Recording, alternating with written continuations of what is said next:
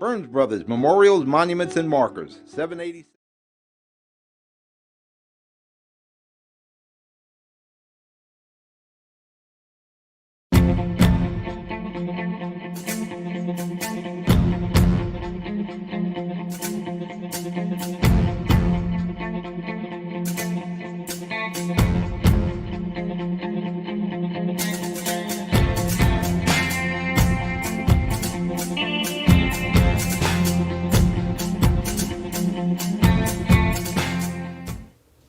Hudson County View, live and uncut. I'm your host, the best there is, the best there was, and the best there ever will be, John R. Heinis, and of course, with the latest and greatest in Hudson County news. So obviously in Jersey City this week, the main topic, really probably since the first reading a couple weeks ago, we've been talking about the inclusionary zoning ordinance. So that was a very long meeting, once again, 6.5 hours or so. And fortunately, we were able to have Councilman at Large Rolando Lavarro come in after sponsoring some amendments last night. And of course, he was a part of that entire session, so I have a feeling he'll have a lot to say. So we certainly are going to touch on that at length. We're also going to talk a little bit about NJ Transit. And when I say NJ Transit, I mean specifically their gas-powered power plant in Kearney is kaput for now. They're going to scrap those plans in light of something more environmentally friendly. That was announced at their board meeting last night, so we're going to give you some details about what happened on that front. We're also going to be talking about, in the Mile Square City, the 770 Jackson Street payment in lieu of taxes, of course commonly referred to as a pilot. And we know that there was a big feud going between the Board of Education and the charter schools. Mayor Ravi Bala and the Board of Ed were of the belief that they were to receive the entire 100% of the charter revenue, which was about $243,000. Of course, the charter schools felt that the pilot that was approved back in 2017 said otherwise. So we'll give you the conclusion there, but I believe a lot of you will find that to be anticlimactic. So we're going to talk about that and perhaps much more. But first, we're going to have the first word from our sponsors, and then we're back with Councilman Lavarro. Burns Brothers Memorials, Monuments, and Markers, 787 Tunley Avenue, Jersey City. Hudson County's only monument maker, serving all faiths and cemeteries. Design, studio, and large inventory on site. Cemetery inscriptions and custom orders welcome. Burns Brothers Memorials, Monuments, and Markers, 787 Tunley Avenue, just south of Secaucus Road. Craftsmanship that will last for all eternity. Burns Brothers, Jersey City, Albert H. Hopper, North Arlington. Visit us on the net. Consumer Carpets, 3408 Kennedy Boulevard in the Jersey City Heights, your one-stop store for residential and commercial floor treatments, carpeting, linoleum, tiles, laminates, hardwood floors, area rugs, remnants, all major brands, all in stock. Free estimates, same-day installation. Consumer Carpets, it's savings, selection, installation. Credit cards and debit cards accepted. Financing available. Consumer Carpets, price to fit your budget, installation to fit your schedule. On the net at consumercarpets.com. Consumer Carpets, Jersey City, 201-792-2712. Good Friend Self-Storage in North Bergen, New Jersey is a fully climate-controlled facility equipped with state-of-the-art security, packing supplies, a Refer Friend program, and multiple loading docks convenient for commercial use. Located just off of Route 3 at 4301 Tunnelly Avenue, Route 1 and 9. Call 201-867-2444 or visit us on the web today. Good Friend Self-Storage. Let us be your good friend. Hudson County View, live and uncut. John R. Heinis, and as promised, I am joined with Jersey City Councilman at Large Rolando Lavarro. Councilman, thanks for coming on. Glad to be with you, John. All right, Thanks. Awesome. So, Councilman, obviously you've been spending a lot of time on the IZO, the inclusionary zoning ordinance, for really months, but I mean it's been emphasized the past few weeks. And before we really get into the heart of the issue, I wanted to just point out that whether it be the mayor or the city spokeswoman have had some fairly unkind things to say about you when speaking about the amendments and your proposals on this matter. So it seems to be my belief, and I'm sure many others, that they consider you a potential opponent for next year. So I mean, how much thought have you given to running for mayor at this time? Look, I'm contemplating all my options for 2021. I'm keeping everything on the table at this point, but all the talk around that as it pertains to this particular ordinance in particular is, I think it's mostly kind of distractions and from the issue at hand, which is the importance of inclusionary zoning and affordable housing and gentrification in Jersey City.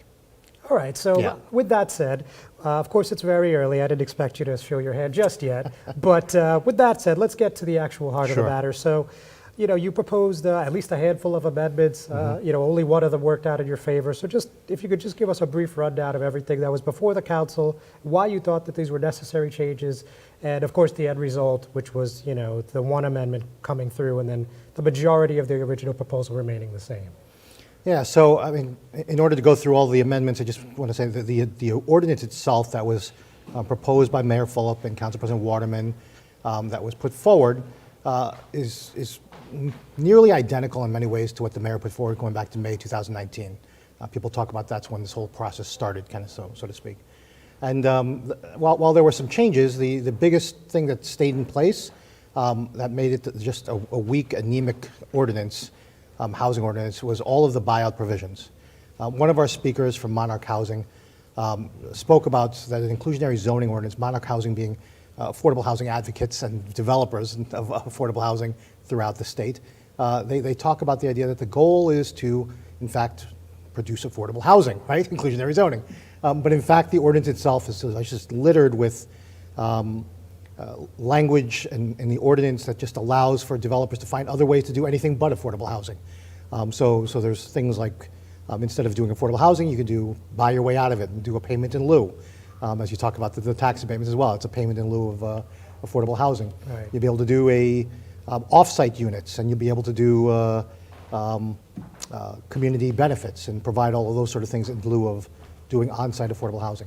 So the amendments we proposed were essentially to close the loopholes there and eliminate some other exemptions that allowed developers to just kind of get completely waive their obligation to have any affordable housing or do any affordable housing as a result of the density increases that we would give them as developers for their project. And I say density increases for the public, that means profit, right, for those developers. Millions of dollars in profit. In many cases, tens of millions in some cases. If I could just stop you Yeah. quickly. So before we get into what didn't actually make it through, which I think you've mostly covered, Yeah. can we just talk about the rounding amendment, which did make its way through? Sure, And, I mean, that was the most, and I introduced it on first reading, and it wasn't accepted then, and then people accepted it on the second reading. As I said then, it was a no-brainer. It says basically that if a developer, as a result of the inclusionary zoning ordinance, has to produce 24.4 affordable units through a 20% calculation, or whatever that might turn out to be, that would round down to 24 units, right, of affordable housing.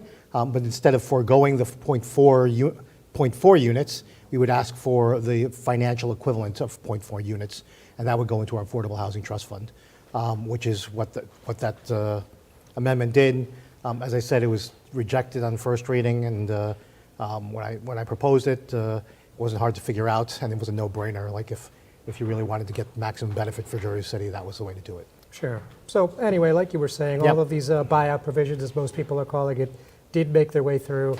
We saw some of your colleagues mention that they felt like this, they already had a plenty of affordable units in their wards. They felt like this opened the door actually to even more development in some cases, if my memory serves correctly. So just, what's your takeaway? 4 hours of public comment, you put all these amendments up. I mean, did, for the most part, go the way you'd hoped.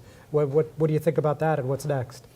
Yeah, I mean, I think, I actually just mentioned there was one other amendment which had to do with just increasing the mandatory on-site. Right now, Yeah. that was passed last night, it only allows for 5% on-site. You can buy out of all the rest of it. So you can do 5% on-site and buy out or do off-site or whatever you want to do. There's different options to get out of it. I propose to increase those numbers, and in particular, increase it in downtown Jersey City. The 10%, right? At 15%. And then it was the 10 Yeah, and every then other scaling hotspot, down throughout the rest of the city. Yeah. So when the other council people talk about having too much affordable housing, and frankly, it's completely misinformation and misdirection and all that stuff. They're not actually talking about facts. The reality is, in other parts of Jersey City, it's not that there's an abundance of affordable housing. There's not an abundance of affordable housing anywhere in Jersey City, frankly speaking. The reality is that in other parts of Jersey City, that people have lower incomes and the markets are yielding lower rents there. But there's still high rents, right? For most people of those incomes, there's still higher rents than they can afford. They're cost burden. For example, in Ward A, the Greenville section of Jersey City, where I grew up and still live today, 75% of all renters in Ward A are cost burden, meaning they spend more than 30% of their rent, 30% of their income housing costs, on Let me rent. stop you there, Councilman. Yeah. We're just going to take a quick word from our sponsors. We'll be right back, and we'll pick up right where you left off. The Jersey City Medical Center. You know it for its award-winning, life-saving ambulance service. It's also your health hub, with health and wellness locations staffed with certified professionals all through Hudson County. The Jersey City Medical Center, here to help you with your healthy, here when you need us the most. The Jersey City Medical Center. Visit us on the net to learn more. Jersey City Medical Center, Robert Wood Johnson, Barnabas Health Facility. Let's be healthy together. Newport, the luxury waterfront community on the Hudson River, offers a quality of life you deserve in 10 high-rise rental towers with amenities such as the on-site Newport Path subway, light rail and ferry service, Newport Town Square, 3 playgrounds, dog run, upscale restaurants, retail giants like Sears, JCPenney, Macy's, and Target. Morton Williams Supermarket is just outside your front door. A health and fitness club, spa, skating rink, and medical facilities are also on site. NewportNJ.com. Enjoy the New York skyline from Newport Town Square. Manhattan is just one path stop away or quick ride through the Holland Tunnel. Nursery and private elementary schools all on site. 12-screen movie theater at the Newport Center Mall. Want to visit Newport? Stay at the Westin or Marriott Hotel. Go to NewportNJ.com for details. Newport has luxurious towers, great restaurants, shopping, New York skyline views, schools, playgrounds, a marina and yacht club, gym, spa, fine wine, fine living. It's incredible. It's you. NewportNJ.com. Newport, live like you want. Hudson County View, live and uncut. Jadar Heinis, once again joined with Jersey City Councilman at Large Rolando Lavarro. So, Councilman, sorry that we had to cut you off for a second there, but you were just talking about Greenville and Ward A and affordable units and such. Yeah, so the idea that there's too many affordable units, there's not. Like, that's why there's a waiting list at the Jersey City Housing Authority of 5,000 applicants for affordable housing, right? The rents are not, people's incomes are not able to keep pace with the cost of housing or cost of rents in Jersey City. I do just want to turn, and people know that, and that's why people turned out in huge numbers for that council meeting. 65 people came out to speak, 64 of them spoke in opposition to the ordinance and passionately, and gave their own reasons and talked about the gentrification. They talked about the potential corruption. They talked about selling out to developers. I mean, you could go as a new form of redlining. I mean, there were new things that were talked about that I wasn't even aware of as conversation points. It was quite a sight to behold, yes. Yeah. And then on top of that, we submitted over 700 petition signatures of people who said enough is enough, that let's put people before profits, and ask that we close the loopholes, eliminate all those exemptions, and extend the term of the affordability for this inclusionary zoning ordinance. You had Fair Share Housing, the statewide leading advocate on inclusionary zoning, come out and literally said on the mic that this may be the weakest, and in a city that prides itself on being a leader, said this may be the weakest ordinance of all inclusionary zoning ordinances in the state of New Jersey, right? Like, Yeah, no, they were quite... That was pretty strong, harsh words on that in that regard. Yes, they had a quite strong opinion. But on that point, you know, both you and Fair Share basically said the same thing in the sense that you said the fight isn't over. So what does that mean to you, and what are the next steps? Look, I think that what we saw is that people feel passionately about this because this is their home and this is where they live, and they feel like they're being pushed out. And so for them, for me, the fight isn't over, and for them, I'm not going to stop fighting because I want people to be able to continue to call Jersey City home. I want the folks who've made Jersey City what it is and made it so special today, the immigrant communities, the marginalized minority communities, and the working class, right? The hardworking folks, blue-collar folks, and who roll up their sleeves every day and just grind it out. They've made Jersey City what it is today, and we need to make sure that that stays, because that's what gives Jersey City its life and its vibrancy, and makes it such a unique and special place. So I'm not done with the fight. I mean, I'm not talking about just inclusionary zoning, but I'm talking about gentrification, and the fight for affordable housing, for a better quality of life, for for people to have a quality of life, and neighborhoods and communities that are safe, education for their children that's of high quality where they live, to end the economic segregation in Jersey City and the racial segregation, and to bring equity and inclusiveness to the most diversity in the entire nation, which is what we deserve. All right, thanks, Councilman. So Sure. now, on a totally different topic, in the past couple weeks, residents, specifically homeowners, have been getting their tax bills. Obviously, the municipal increase non-existent, but was there anything on that bill that has stood out to you and something that perhaps you wanted to take a deeper dive into or, find out more information about? Yeah, I mean, I think obviously I voted against the budget, right? So Right. Didn't vote to authorize a tax increase or anything like that. I think we definitely needed to do a deeper dive and look at some ways to better spend our money, maybe even look at other reductions, given the challenges of our budget with the declining reduced revenues because of the pandemic, and expecting that we're going to see more of that coming this year. In hindsight, and this is all 2020 a little bit with the budget, there was the information that came out about the $11 million authorization from the MUA that the city received from the MUA, and then to find out after the fact that they raised rates by 9%. That's disturbing. It looks like a kind of a backdoor tax in some way, right? Borrowing from Peter to pay Paul kind of situation in this regard, and that was not in front of us at the time, and we weren't aware of those kind of that those kind of actions would be taken. And not surprisingly, it all happened after, in fact, the budget in terms of the 9% rate increase, and all of that happened, and became aware of that after the fact, after the budget was approved. So we certainly need to look into that and investigate all of those things. And I understand there may be other things inside the Municipal Utilities Authority that we need to be looking at as well. All right. So look, we're several months removed now from obviously the George Floyd tragedy, which obviously spurred the defund the police movement nationwide, but especially here in Jersey City, as you and I both know well. So I mean, what do you think about that movement? The possibility of using retiree or other saved costs that you were talking about earlier this year. Is that still something you'd like to pursue in the future? Yeah, absolutely. I think there's nationwide a move to do transformative change and to change the way we do police reform. When a lot of people have kind of hijacked the narrative around this and talked about, defunding the police and so forth, and the idea of terminating police or laying off police or reducing police presence, that's not what advocating, at least not here in Jersey City, for sure. Never have advocated for that.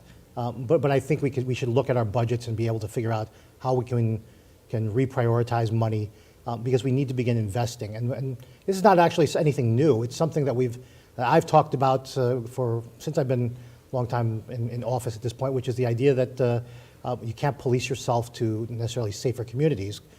It takes investments in communities as well, investing in education, in social services, in mental health services, and all these other programs, violence prevention programs, that we need to invest in to be able to uplift the community. It has to go hand in hand at some level. And obviously, if we're doing our job and being able to invest and and job creation and things of that nature, then we're able to make those sort of investments that lift people up, then that should have a trickle-down effect of being able to reduce the amount of policing that you need, because you'll have safer neighborhoods and communities as a result. We'll have to end on that note, Councilman. Sure. Just real quick, I know you said you're still thinking about action, but can you assure me today that you will be on the ballot in 2021 in Jersey City? Would that be fair to say at this point? I would say that that's a likely outcome, yes. Very good. Yeah. Thank you very much, Councilman. Thank you. Thank you, ladies and gentlemen, for watching. We're going to take another word from our sponsors. We'll be right back. Most women who give birth recover without problems, but any woman can have complications after the birth of a baby.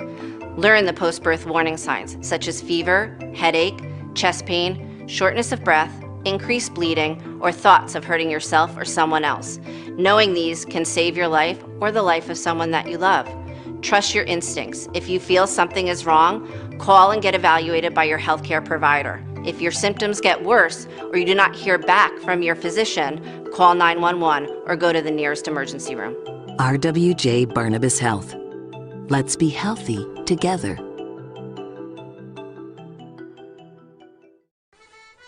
Pen and Pencil Properties, Jersey City. Shaping the workplace with state-of-the-art office spaces that address your company desires. Building residences that define your home environment, adjacent to all modes of transportation with on-site parking available. The right address, the right lease. Call 201-521-9000 or visit online at penandpencilproperties.com. Pen and Pencil Properties, building Jersey City for everyone.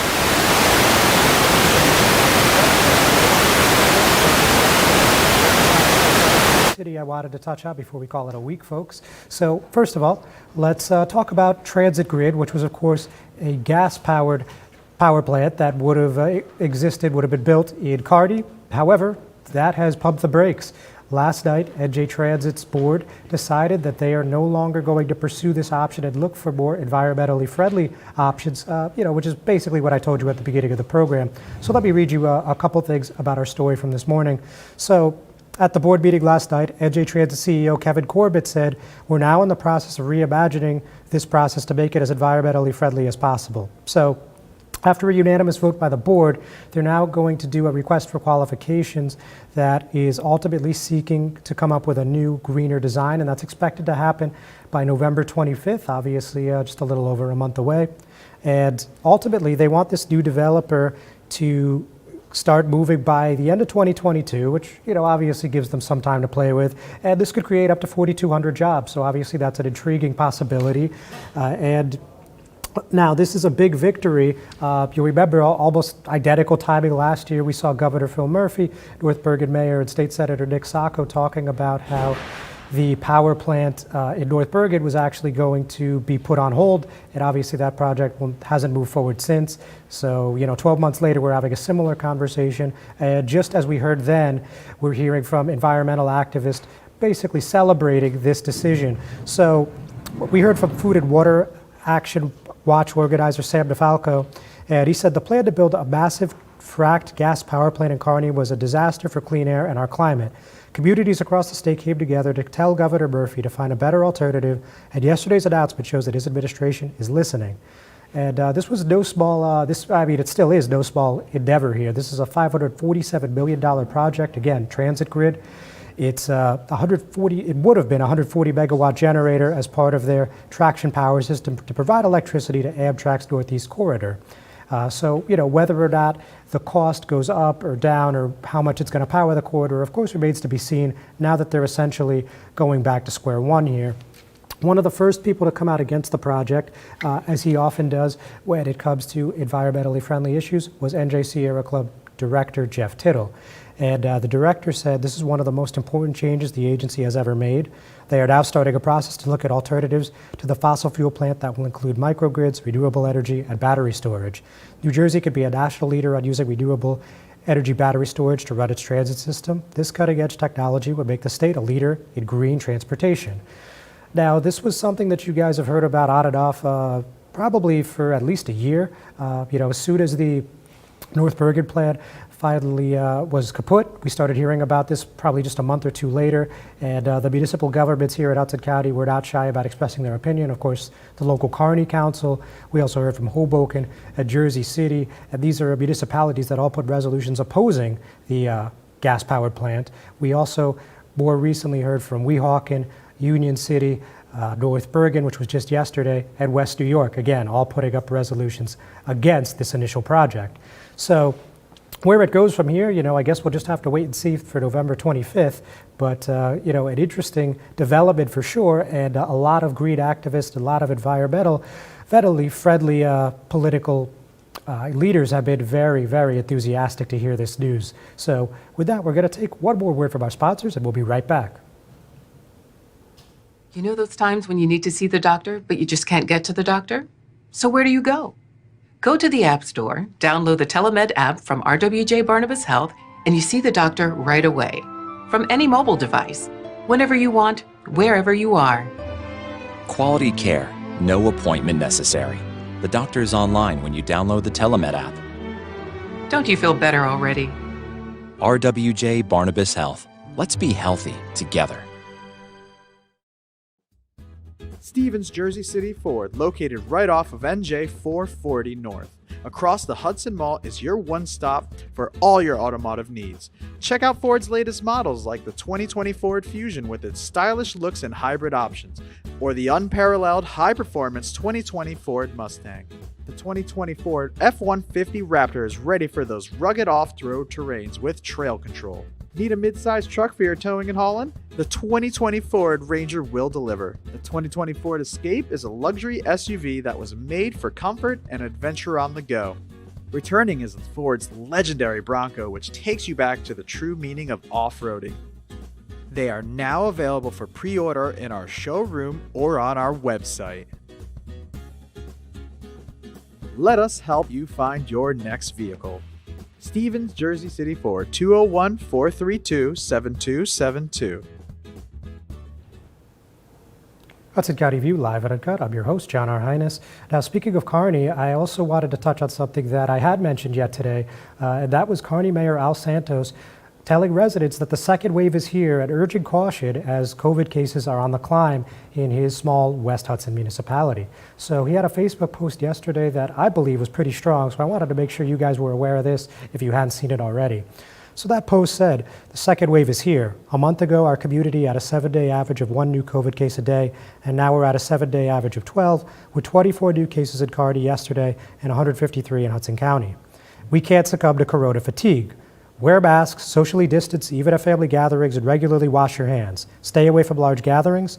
Even if one of the promising vaccine candidates is approved next month, wide distribution will not be available until next year. We have to get through the winter without overwhelming our healthcare system.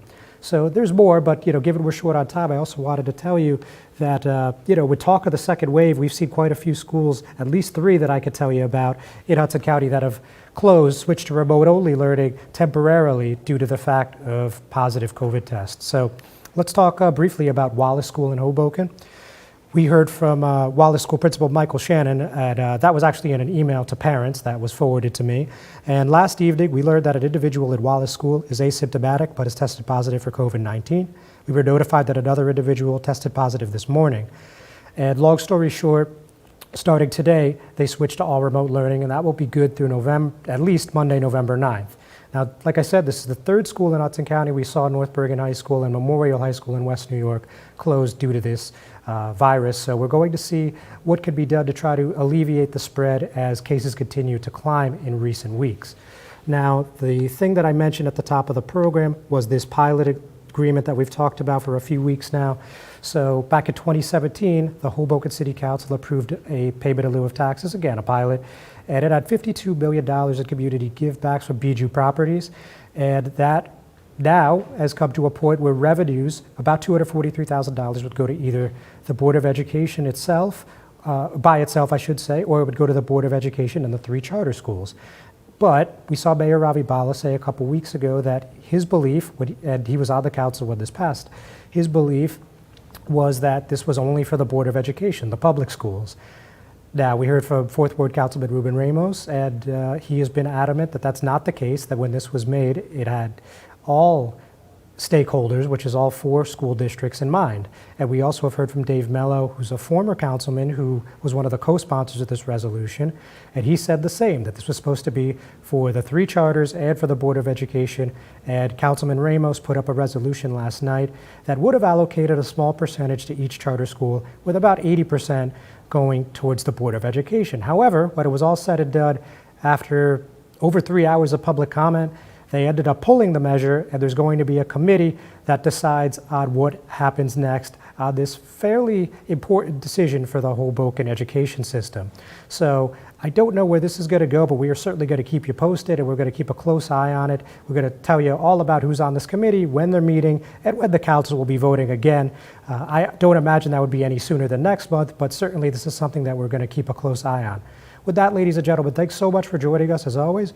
We're going to catch you next week, so enjoy, stay safe, and talk soon.